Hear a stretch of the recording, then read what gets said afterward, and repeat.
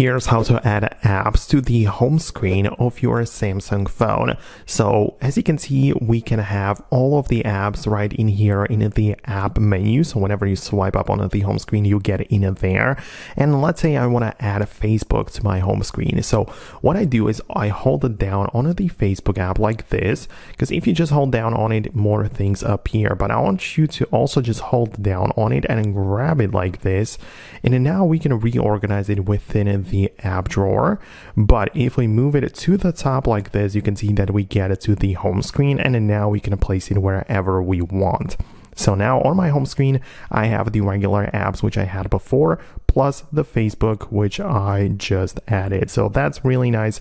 That's how it works. And of course, it stayed where it was in the app drawer, right? So that's how you can do this. It works the same way for every single app. So if you like this tutorial, don't forget to subscribe to Foxtecc right now so you don't miss videos like this one. For now, that's going to be about it, and I'll talk to you later in the future videos and tutorials like this. Hit the thumbs up, and I'll see you later.